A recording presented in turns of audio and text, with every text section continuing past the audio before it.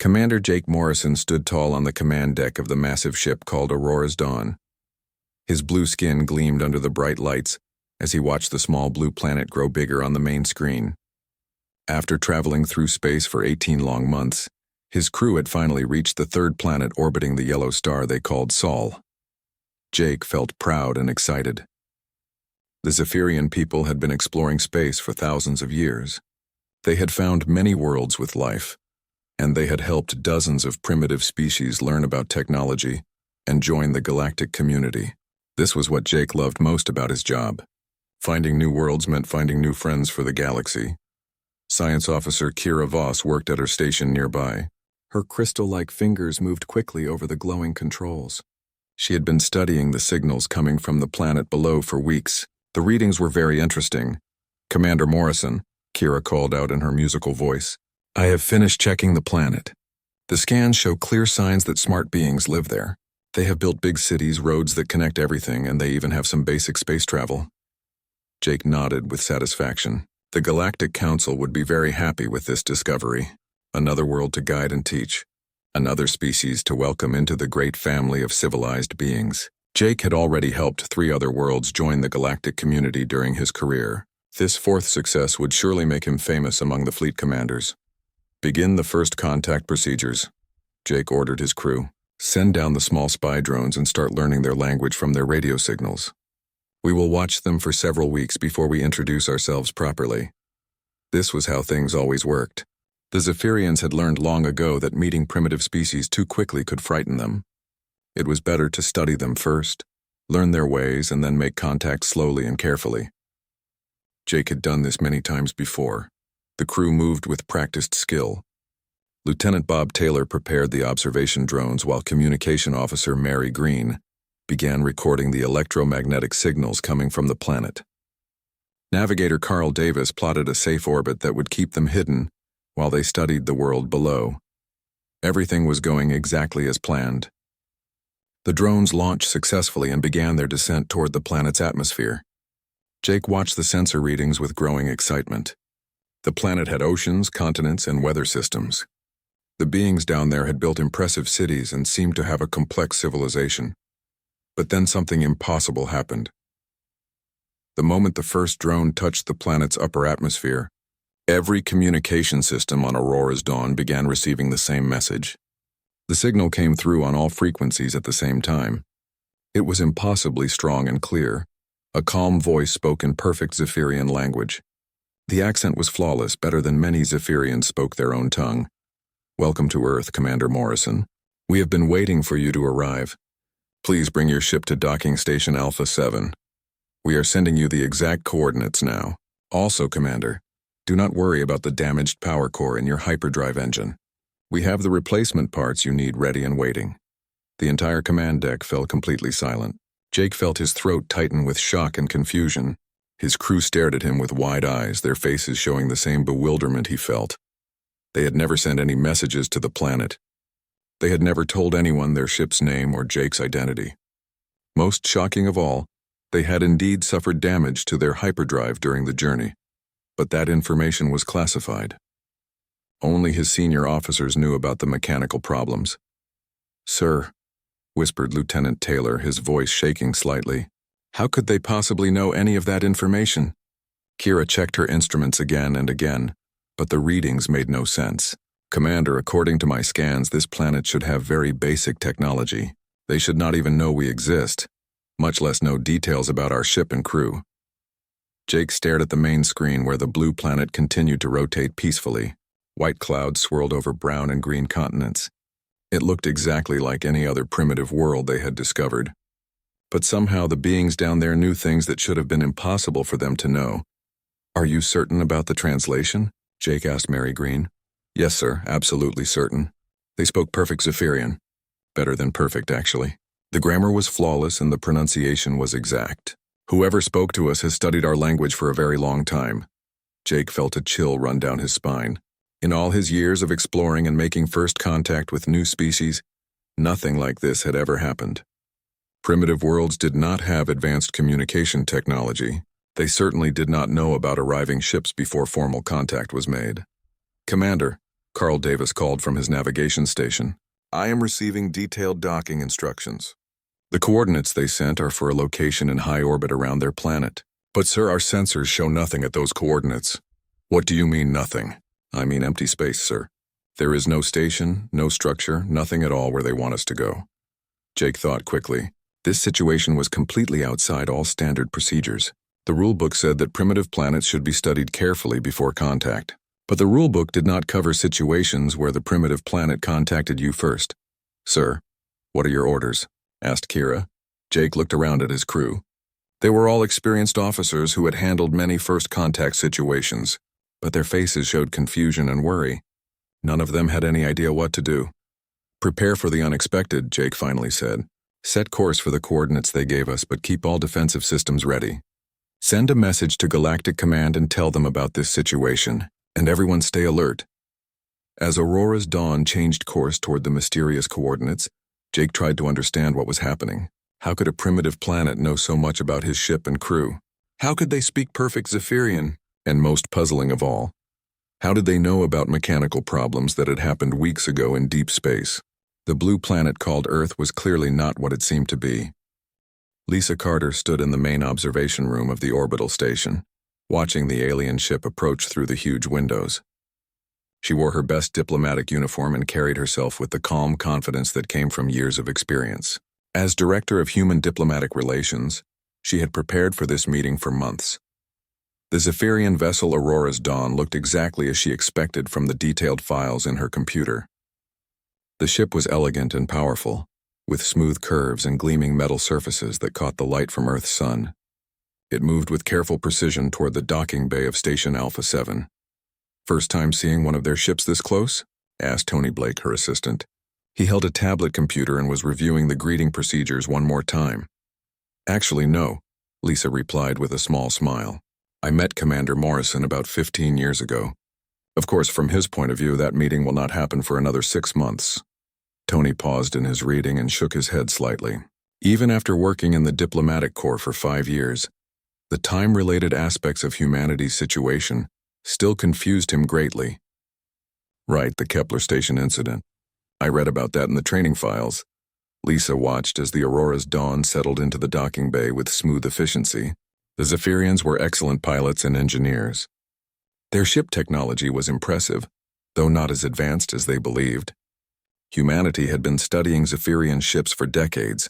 She felt a mixture of sympathy and amusement for the aliens who were about to board the station. They had spent thousands of years being the advanced species, the ones who discovered primitive worlds and guided them into galactic civilization. They had never experienced being on the other side of that situation. The docking procedure completed successfully, and the airlock systems connected the two vessels. Lisa straightened her uniform and walked toward the airlock entrance. Several other human diplomats and scientists joined her, all moving with quiet confidence. The airlock door opened with a soft hiss of equalizing air pressure. Commander Morrison stepped through first, followed by Science Officer Voss and 2 other crew members. The Zephyrians moved carefully, like soldiers entering potentially dangerous territory. Their large black eyes looked around constantly, trying to understand what they were seeing. Jake Morrison was exactly as Lisa remembered him, though he looked younger than when she had met him in what humans considered the past. His blue scales reflected the station's lights, and his tall, elegant form moved with natural grace. But his face showed clear signs of confusion and worry. Commander Morrison? Lisa stepped forward with a diplomatic smile, speaking in perfect Zephyrian language. Welcome to Earth. I am Director Carter of Human Diplomatic Relations. I hope your journey was not too difficult, especially after the hyperdrive problems you experienced near the Centauri star system. Jake's eyes widened with shock. How could you possibly know about that? We have not transmitted any information about our technical difficulties to anyone. Those problems happened 3 weeks ago, far beyond any possible detection range of this planet. Lisa maintained her friendly expression. Because, Commander, this is not humanity's first contact with galactic civilization. It is yours. The Zephyrian delegation exchanged confused glances. Science Officer Voss stepped closer, her scientific training making her ask questions even while she felt bewildered. Director Carter, our long-range sensors indicate that your planet has only basic industrial technology. Your people should not even know that galactic civilization exists, much less have detailed information about our ship's journey. I understand your confusion, Lisa replied kindly. Please follow me. We have prepared a briefing that will explain everything. I think you will find it very interesting. She led the group through the station's corridors. The Zephyrians looked around with growing amazement. The technology they saw was clearly advanced, but it was different from galactic standard designs. Everything looked human-made, but it was far beyond what a primitive world should possess. They passed viewing windows that showed Earth rotating slowly below.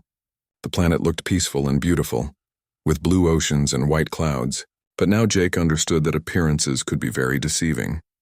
How long has this station been here? Asked Lieutenant Bob Taylor, one of Jake's officers. Station Alpha 7 was completed about 20 years ago, Tony Blake answered. Though we have had orbital facilities for much longer than that. 20 years? Science Officer Voss checked her readings again. Our long-range surveys of this system from 50 years ago showed no artificial structures in orbit around your planet. Lisa smiled mysteriously. We are very good at staying hidden when we want to be. They entered a large conference room with a circular table and comfortable chairs. The walls displayed star charts and images that looked familiar to the Zephyrians, but also strangely different. Everything seemed to show much more detail than standard galactic survey data. Please sit down, Lisa offered. Can we provide you with refreshments?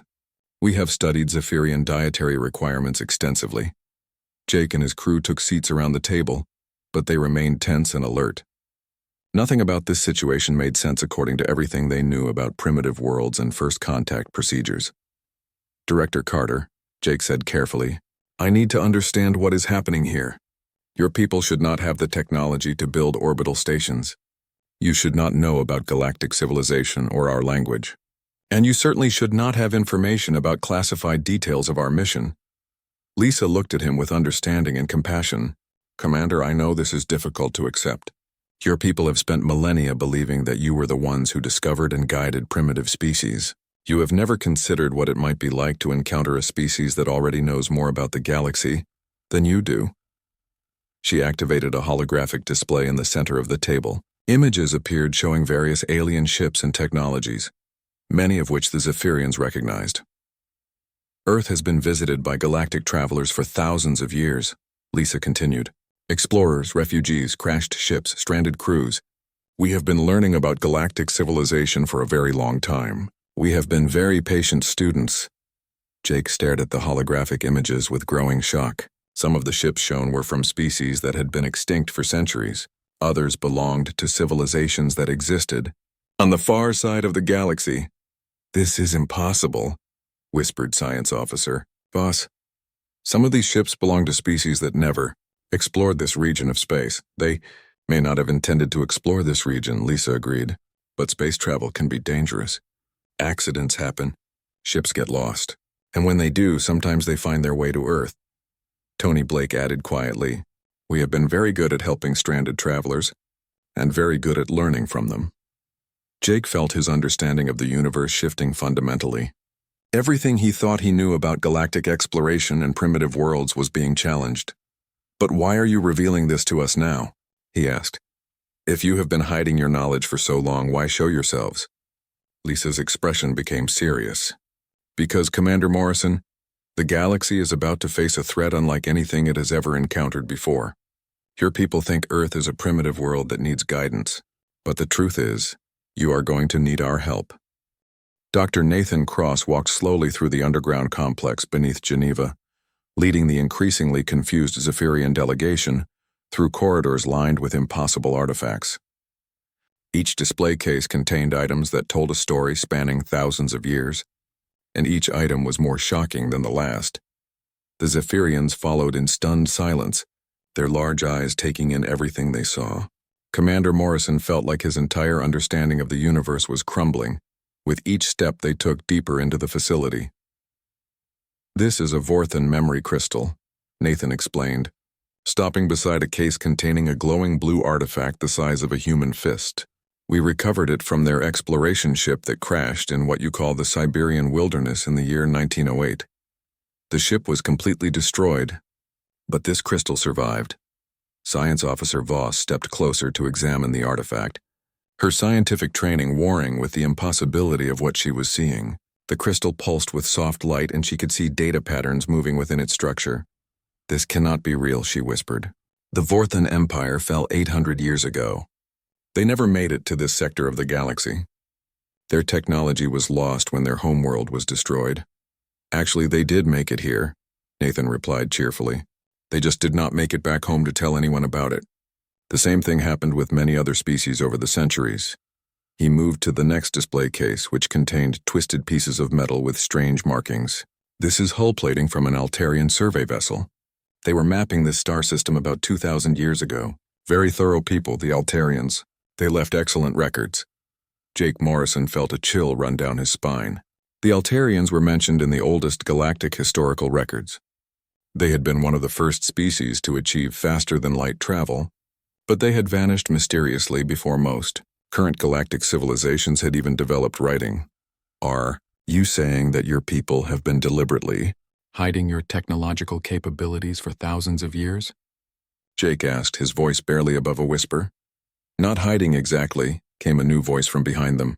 An elderly human man approached the group, walking with the careful dignity of someone accustomed to command. His hair was white with age, but his eyes were sharp and intelligent. Nathan straightened respectfully as the man joined them. "Commander Morrison, may I present Director William Hayes, head of the Accumulated Knowledge Project." Director Hayes smiled at the alien delegation with grandfatherly warmth that somehow made Jake feel even more uneasy. There was something about the old man's confidence that suggested he knew far more than he was saying. "We have not been hiding, Commander," Hayes said in perfect Zephyrian. "We have been learning. For thousands of years, we have been very patient students of galactic civilization." He gestured toward the display cases around them. "Every crashed ship, every stranded explorer, every piece of technology that found its way to our world became a teacher for us. We studied everything carefully. We learned how your societies work, how your technologies function, how your political systems operate." Jake looked around at the artifacts with new understanding. Each item represented not just a lost ship or crew, but a lesson that humanity had learned about the galaxy beyond their world. "The Cathek Collective," Hayes continued, pointing to a display containing strange crystalline structures. "They sent a survey probe to this system 600 years ago. The probe malfunctioned and crashed in our Pacific Ocean. We spent decades learning how their biotechnology worked." Science Officer Voss was studying each artifact with growing amazement and horror. "These represent dozens of different species and time periods. Some of these civilizations are still active in the galaxy today. Others have been gone for millennia. 17 different species to be exact," Hayes confirmed. "Each one taught us something new about the universe. The Zephyrians will be the 18th. Jake felt his legs grow weak. "You are saying that we are not the first galactic civilization to discover Earth?" "Not even close," Hayes replied with that same grandfatherly smile. "You are simply the first to arrive at a time when we decided to reveal ourselves." Nathan led them to a larger display area where holographic projections showed star charts and galactic maps. But these maps contained far more detail than any standard galactic survey data. They showed trade routes, political boundaries, and military positions with incredible accuracy. "How could you possibly have such detailed information about galactic civilization?" asked Lieutenant Bob Taylor. "Even our own intelligence services do not have maps this complete." "Because," Hayes answered, "we have had teachers from across the galaxy, traders, explorers, diplomats, refugees. Over the centuries, they have all contributed to our education.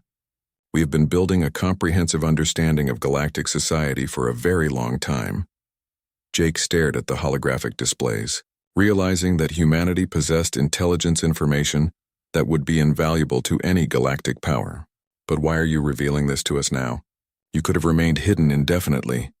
Hayes's expression grew serious for the first time since they had met him. "Because, Commander Morrison, the galaxy is about to face something it has never encountered before.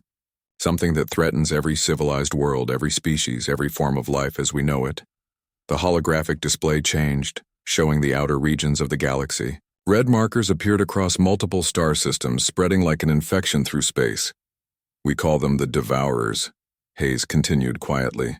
"They do not negotiate, they do not communicate, and they do not leave survivors. They consume everything in their path. Not just the physical matter, but the very memory that it ever existed. Science Officer Voss studied the display with growing alarm. I have heard rumors about systems going silent in the Outer Rim, but the Galactic Council said it was just communication problems. The Galactic Council, Hayes said sadly, does not want to believe that there is a threat they cannot handle with traditional military responses. They think that bigger ships and more powerful weapons will solve any problem. Nathan added, We have been tracking the Devourers for 40 years, ever since we found a survivor pod from a research vessel called the Infinite Horizon. The sole survivor told us what was coming. Jake felt the weight of cosmic responsibility settling on his shoulders. What are you proposing we do about this threat? Hayes looked directly at him with those sharp, intelligent eyes. We are proposing, Commander, that it is time for the galaxy to stop thinking of Earth as a primitive world that needs guidance. Because whether your people realize it or not, you are going to need our help to survive what is coming. The display showed the red markers continuing to spread, moving steadily toward the core worlds of galactic civilization. At their current rate of advance, they would reach the major populated systems within 2 years. Your people have been the teachers for thousands of years, Hayes continued. Now it is time for you to become the students, and we have been preparing for this lesson for a very long time. Admiral Susan Wright stood before the massive holographic display in the Strategic Operations Center, watching red warning markers multiply across the galactic map, like a deadly disease spreading through space. Each red dot represented another star system that had gone completely silent, another world that had fallen to an enemy that left no trace of what it destroyed. The underground facility buzzed with activity as hundreds of human technicians and analysts worked alongside the increasingly worried Zephyrian visitors. Commander Morrison and his crew had been on Earth for 3 days now, and each hour brought new revelations that challenged everything they thought they knew about the universe. The Devourers have already consumed the Outer Rim territories, Admiral Wright reported to the assembled crowd of human officials and alien guests. Her voice was calm and professional, but her words carried the weight of cosmic disaster. 17 civilizations completely gone in the span of 6 months. The Galactic Council's response has been predictably ineffective. She gestured toward the display, and the red markers pulsed ominously. The Kavari Federation, the Helian Republic, the Outer Colonies Alliance. All of them had strong military forces and advanced technology. None of it mattered. Commander Morrison studied the tactical display with growing horror. The coordinated nature of the attacks, the incredible speed of the advance, the complete communication blackouts from every affected system. It was unlike any military campaign in recorded galactic history. How do you know all this information? Morrison asked, his voice tight with stress. Our own intelligence networks are weeks behind these developments. The Galactic Council has been telling us that the silence from the Outer Rim is just temporary communication problems, because we have been tracking the Devourers for 40 years. Admiral Wright replied matter-of-factly. Ever since we found the survivor pod from the research vessel Infinite Horizon floating in our solar system.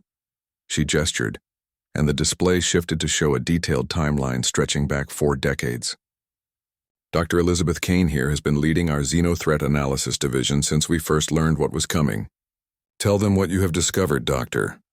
Dr. Kane stepped forward from the group of scientists. She was a middle-aged woman with gray hair and tired eyes that had seen too much. Her expression was grim as she addressed the Zephyrian delegation. The entities you call the Devourers are not just another hostile alien species, she began. They are something far worse than anything the galaxy has ever faced. They do not simply destroy civilizations or consume resources. They erase them completely from existence. Science Officer Voss's crystalline skin had turned almost white with shock. What do you mean by erase from existence? I mean exactly that, Dr. Kane replied. They do not just kill people or destroy buildings or take territory. They consume the very concept that these things ever existed. Reality itself forgets that the destroyed civilizations were ever real. She activated a smaller display showing historical records. Have you ever wondered why there are gaps in your historical databases? Entire time periods where you can find traces of civilizations but no actual information about them? Places where the evidence suggests that millions of beings lived and built and created, but somehow all records of who they were have been lost? Lieutenant Bob Taylor studied the historical data with growing unease. Our scholars have always assumed that those gaps were caused by data corruption or the natural loss of information over time. No, Dr. Kane said quietly. Those gaps are scars left by previous devourer incursions. They have been attacking galactic civilization for millions of years, but because they erase all memory of their victims, each generation has to discover the threat anew. Admiral Wright took control of the briefing again. Based on our analysis of their attack patterns and advancement speed, the Devourers will reach the core worlds of the Galactic Council within 18 months. The traditional military strategies that your people rely on will not be sufficient to stop them. Commander Morrison looked around the room, seeing centuries of accumulated knowledge and preparation surrounding him. The humans had been building toward this moment for decades, while the rest of the galaxy remained blissfully unaware of the approaching catastrophe. What exactly are you proposing? Morrison asked. Though part of him already suspected the answer, Admiral Wright's smile was sharp and determined. Commander, we are proposing that it is time for humanity to stop being the students and start being the teachers. Your people are about to learn why Earth has been playing the long game for so many centuries. The display changed to show detailed battle plans and strategic analyses. The scope and complexity of the preparations was staggering. Humanity had been planning for this war longer than most galactic civilizations had existed. We have developed new technology specifically designed to counter the Devourer's reality-altering abilities, Dr. Kane explained. Weapons and defenses based on principles that your people have never encountered because you have never faced an enemy like this. Science Officer Voss leaned forward, her scientific curiosity overcoming her shock. What kind of principles? How can you fight an enemy that erases its victims from existence? Memory, Admiral Wright answered simply. The Devourers consume civilizations by making the universe forget they existed. But memory is more powerful than they understand.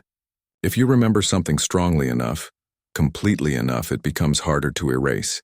She gestured toward another section of the facility.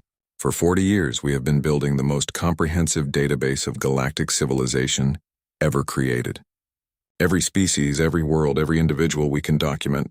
We have recorded their stories, their achievements, their cultures, their dreams.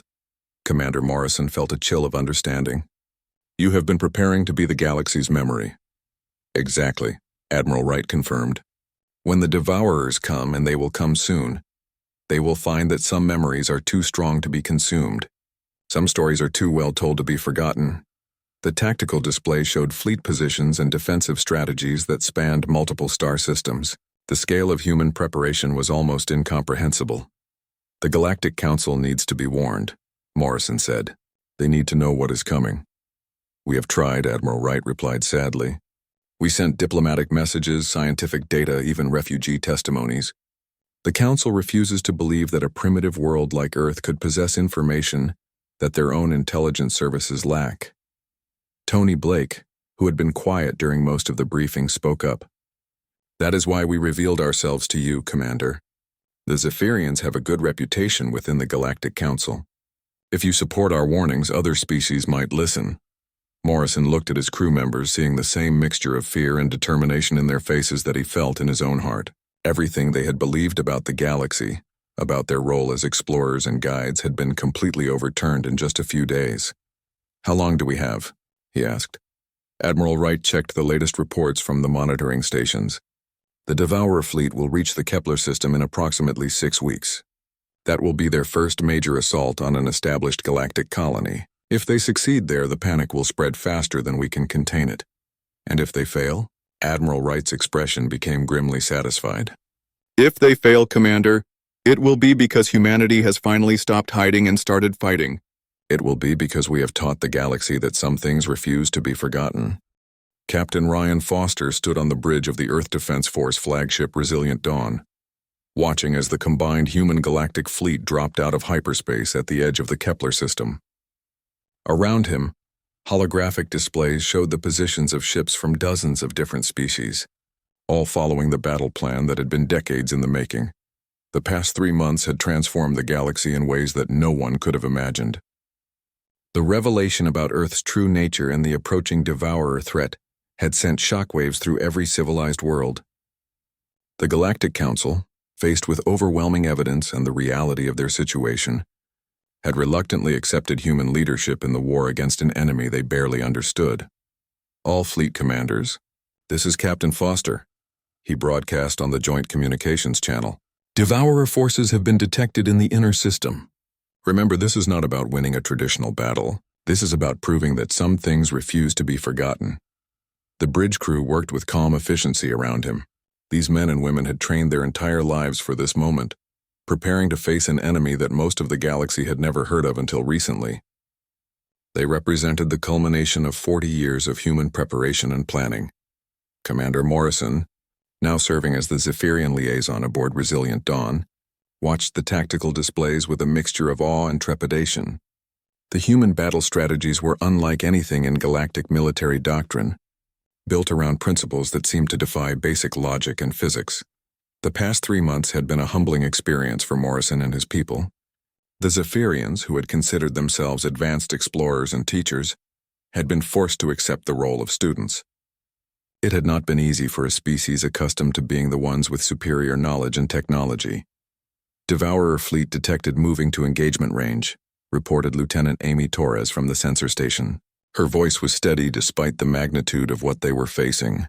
They are beginning to activate their reality distortion field. Morrison had read about the Devourer's primary weapon in the briefing materials, but seeing it in action was terrifying. Space itself seemed to twist and bend around the enemy ships, creating areas where the normal laws of physics no longer applied. Stars flickered and went out, not because they were destroyed, but because the universe was forgetting they had ever existed. "Initiate remembrance protocol," Captain Foster ordered calmly. Across the entire fleet, a new type of technology hummed to life. These were not the energy shields and plasma cannons that galactic civilization had relied on for millennia. This was something far more fundamental, based on principles that most species had never even considered. Human ships began broadcasting on quantum frequencies that resonated with the basic structure of space-time itself. The transmissions carried stories, memories, detailed records of every civilization that the Devourers had tried to erase. Names, faces, achievements, dreams, hopes, the accumulated memory of millions of years of galactic history. Morrison watched in amazement as the Devourer fleet, which had been advancing with inexorable confidence, suddenly seemed to falter. Their reality-consuming field, which had erased entire star systems from existence, met something it could not process. "What exactly are you doing to them?" Morrison asked Captain Foster. Foster's expression was grimly satisfied as he watched the tactical display. "The same thing humanity has been doing for thousands of years, Commander. We are remembering. Every story, every civilization, every individual that the Devourers have tried to erase over the millennia. The battle that followed was unlike anything in recorded galactic history. Instead of exchanging fire with weapons designed to destroy, the human fleet fought with weapons designed to preserve and protect. They broadcast the stories of consumed worlds, the names of forgotten heroes, the songs of silenced species." Morrison watched as Devourer ships began to flicker and fade, unable to maintain their existence in the face of such determined remembrance. Their reality distortion fields collapsed as the universe refused to forget what they were trying to erase. "How is this possible?" Science Officer Voss asked over the communication link from her position aboard another ship in the fleet. Dr. Elizabeth Kane, monitoring the battle from the command center on Earth, provided the answer. "Memory is more powerful than most species realize. When enough beings remember something strongly enough, it becomes written into the fundamental structure of reality itself. The Devourers can erase individual memories, but they cannot erase the collective memory of an entire galaxy." The human strategy became clear as the battle progressed. They were not just fighting the Devourers in space. They were fighting them in the realm of memory and consciousness, using weapons that attacked the very concept of forgetting.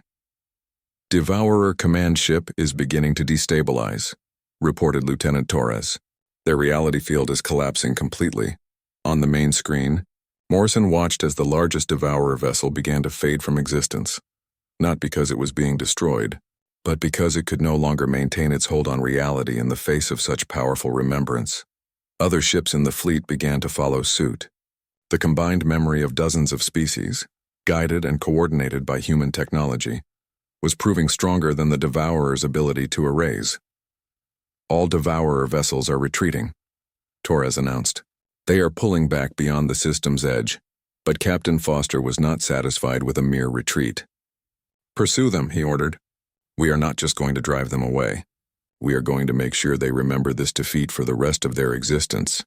The combined fleet followed the retreating devourers, broadcasting their message of remembrance across all frequencies. For the first time in millions of years, the entities that fed on forgetting were being forced to confront the power of memory. As the last devourer vessel flickered and faded from the sensor displays, unable to maintain its existence in the face of such determined remembrance, Commander Morrison finally understood the true scope of what Earth had been accomplishing all these centuries. You were not just learning from all those crashed ships and stranded explorers, he said quietly to Captain Foster. You were preserving them. Foster nodded solemnly. Every species that ever found its way to Earth, every story they told, every piece of knowledge they shared, every dream they cherished. We kept it all because someone had to. Civilizations rise and fall, empires come and go, but Earth remembers. He gestured toward the view screen, where the stars shone bright and clear, free from the shadow of the devourers for the first time in eons. That is why the stars already knew our name, Commander. We have been their memory all along. When the universe tries to forget, when reality itself is threatened with erasure, humanity remembers.